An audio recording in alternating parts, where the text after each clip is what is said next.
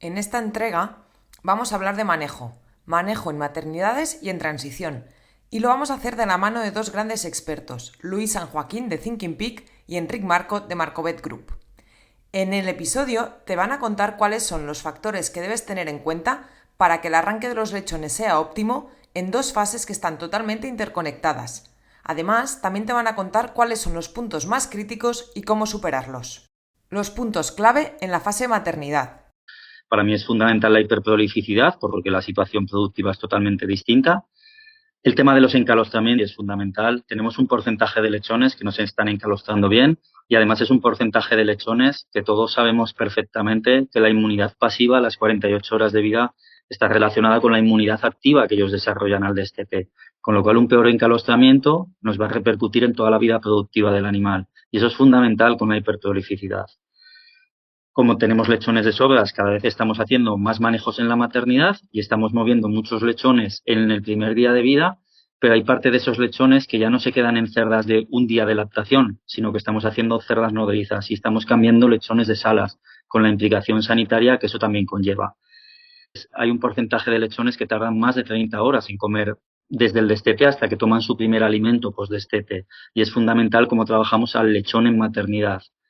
También se ha comentado muchísimo la calidad y la edad del lechón al destete, que muchas veces está relacionada y más en la hiperprolificidad, pero el peso al nacimiento está muy relacionado con la hiperprolificidad. Cuantos más lechones tenemos, menor es el peso medio de la camada y mayor es la variabilidad de los pesos dentro de la camada.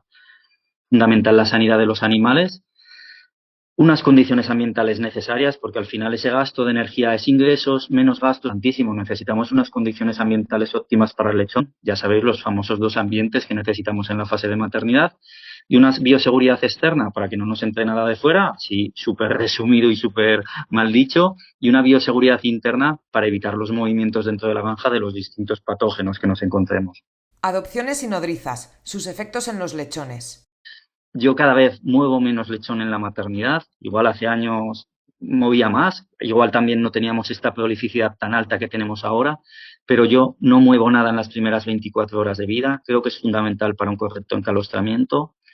Intento hacerlas, por supuesto que hago, y creo que en las granjas decir que no hacemos o prohibirlas no va a ser la realidad. Pero intento minimizar al máximo todas las adopciones posibles, intento mantener todo en la misma camada, si es posible, y por supuesto intento minimizar al máximo los nodrizajes, porque los nodrizajes me van a perjudicar edad y peso, o edad al destete o peso al destete. La alimentación del lechón en maternidad. No tiene nada que ver si destetamos a 21 días o a 28, porque en esa última semana un porcentaje muy alto de los lechones, destetando a 28, que luego es 25 o 26, pero un porcentaje muy alto de los lechones va a comer en la maternidad porque su capacidad de consumo y su capacidad de crecimiento es mayor a la producción de leche que están produciendo las cerdas.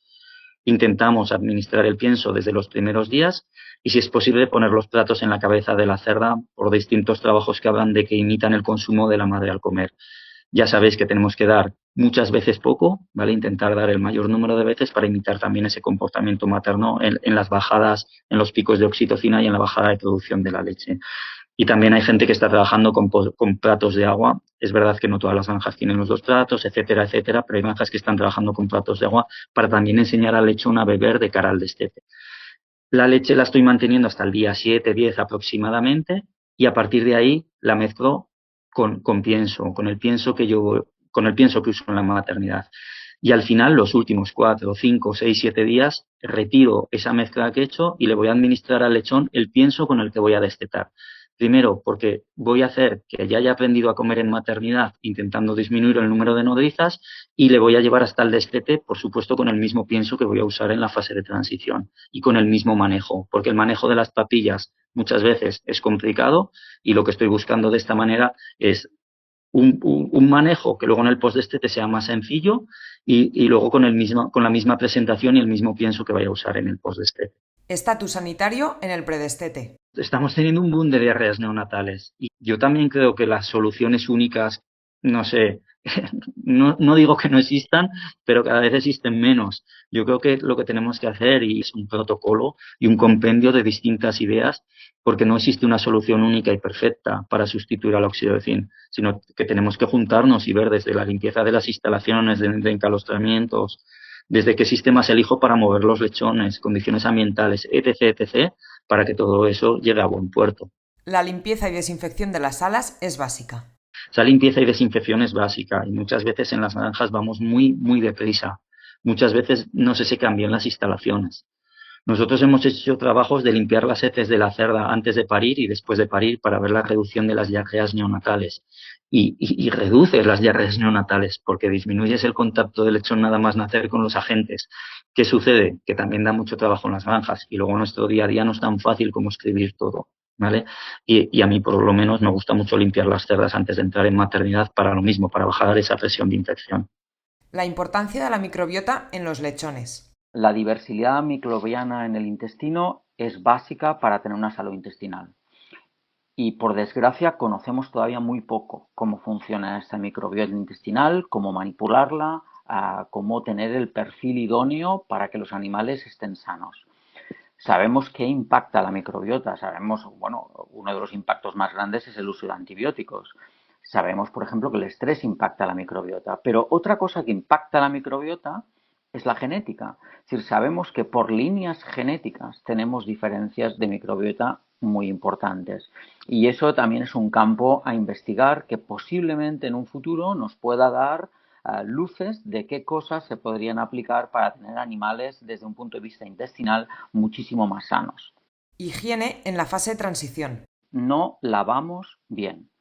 Consideramos un lavado a presión, a veces con detergente, luego un desinfectante y dejar secar. ¿Cuánta gente levanta las rejillas y limpia las fosas? ¿Cuánta gente limpia las tuberías de agua? ¿Cuánta gente desmonta chupetes?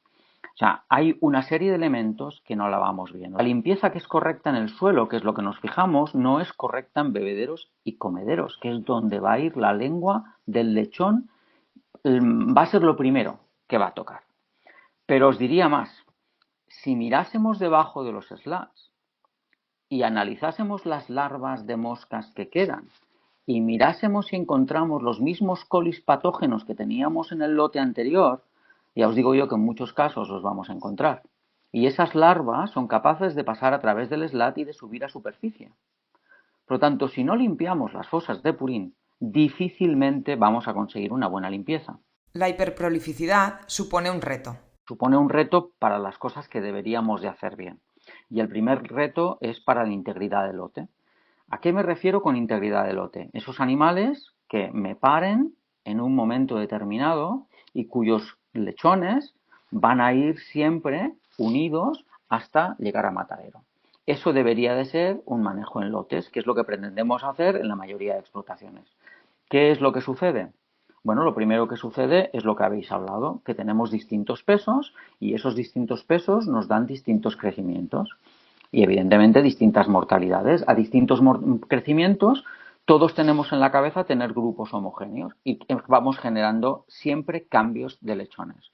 Si queremos sanidad, si queremos controlar patógenos, tenemos que empezar a perder de vista la igualdad me refiero física, estética, y empezar a buscar igualdad de edad, igualdad de grupo, que eso muchas veces lo perdemos de vista.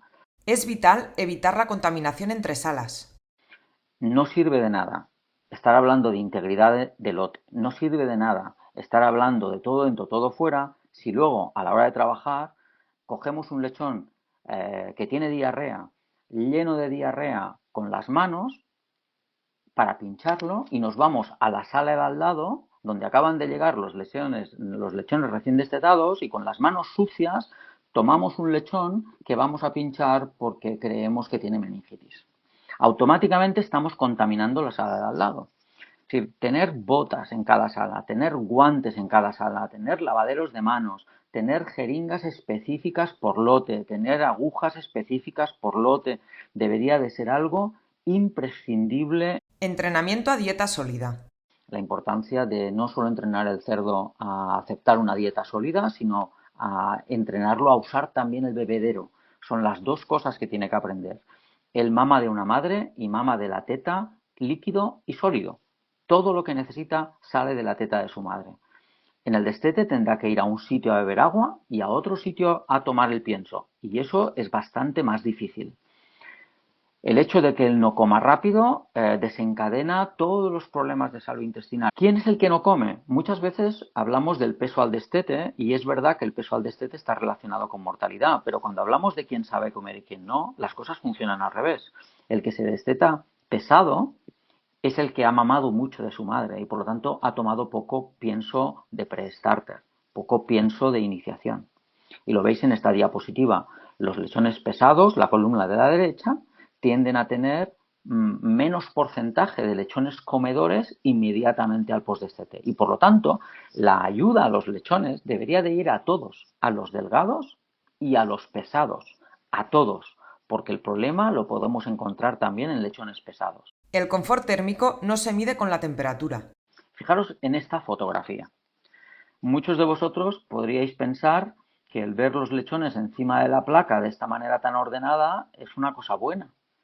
A mí lo que me está diciendo es que hace frío. A mí lo que me está diciendo es que estos lechones van a retrasar el tiempo que van a emplear en empezar a explorar bebederos y comederos. A mí lo que me está diciendo es que voy a tener problemas diarreicos. Eso es lo que me dice esta foto. O sea, no cumple un mínimo. Y no me habléis de temperatura, no me digáis si tienen 27, 28, 29 grados, no me importa. La sensación que tienen es de frío. Si la temperatura está bien es porque hay corrientes de aire. Y si no hay corrientes de aire será por la humedad, pero la sensación que tienen estos cerdos es de frío. Y tenemos que empezar a mirar los animales, no solamente a mirar el termómetro, sino lo que va a hacer que se estrese su sensación, no lo que marque el termómetro. No lo vamos a cortar el problema con óxido de zinc y con antibiótico si no solucionamos primero el problema de ambiente. No sé si el sistema de calefacción en la parte central es el mejor o es el peor y podríamos discutir y sería otra charla. Pero lo que está claro es que lo que nos están diciendo los lechones es que tienen frío. Cuando tenemos más de un piso de lechones es que no están confortables. Sienten frío y eso es un estrés. Eso es un elemento que va a predisponer a diarrea. Sienten frío y eso va a hacer que no se muevan de donde están, de la placa, porque el que está debajo de la segunda capa de los lechones resulta que está más calentito que el que está encima y entonces no va a ir a probar el pienso, con lo cual el ayuno post-destete va a ser mucho más prolongado y el riesgo de diarreas va a ser muchísimo más alto. O sea, fijaros que todo está relacionado. Tenemos que empezar con una buena higiene, pero luego el ambiente. Y el ambiente es temperatura, corriente de aire y humedad. Los puntos clave para un buen manejo en transición. El destete es un momento crítico, es un momento de estrés, es un momento en donde el lechón pierde la madre. Por lo tanto, el decir hay que evitarle el estrés. Lo siento, empezamos mal. En el momento en que le quitamos la madre, el lechón va a tener un estrés. Por lo tanto, como tenemos un animal estresado, porque sí, porque no puede ser de otra manera. Si lo destetamos, le estamos quitando la madre, automáticamente está en una situación crítica. Y para minimizar esa situación crítica hay que trabajar con todo lo demás. ¿Para qué? Para que la salud intestinal esté ahí y el animal pueda desarrollarse correctamente. Puntos importantes en el destete para mantener esa salud. Evidentemente, la primera, la higiene y la integridad del lote. Si yo quiero empezar de cero, no quiero una sala contaminada, quiero los lechones del lote que corresponden, no quiero mezclas de lotes, quiero los lechones todos agrupados, me da igual si no son iguales de peso, pero los quiero todos en su lote. Y una higiene que os diré, fijaros en los pollos, fijaros en las granjas de broilers, cómo limpian una granja de broilers. Ya lo sé que tienen el trabajo más fácil porque no tienen slats, no tienen fosos debajo del slat, trabajan con superficies sólidas. Bueno, igual tendremos que pensar cómo son nuestras granjas, pero la higiene que estamos haciendo no es correcta, no cumple el estándar. A partir de aquí, bueno, pues pensad en el entrenamiento. Todo lo que hagamos en sala de parto, ya lo ha dicho Luis, nos beneficiará en la fase posterior. Y ahí nos ha acabado el trabajo. Tendremos que continuar ese trabajo con ese entrenamiento también en la fase de postdestete. La dieta va a ser un elemento crítico y luego, evidentemente, el manejo. La inspección diaria, la observación de los animales, el cómo hacemos las tareas, el cómo respetamos esa bioseguridad interior. Y por último, y no menos importante, el ambiente, las condiciones con las que se vaya a encontrar, que van a hacer que el estímulo para ir a comer sea el correcto, que el animal se sienta confortable cuando descanse o que el estrés del destete acabe siendo una cosa que no pueda superar. Muchas gracias por haber llegado hasta el final. No te olvides de seguirnos para no perderte ningún punto clave y de dar like o comentar si tienes alguna duda. Te responderemos tan pronto como nos sea posible. Además, te animamos a compartirlo con tus compañeros de profesión y en todas tus redes sociales.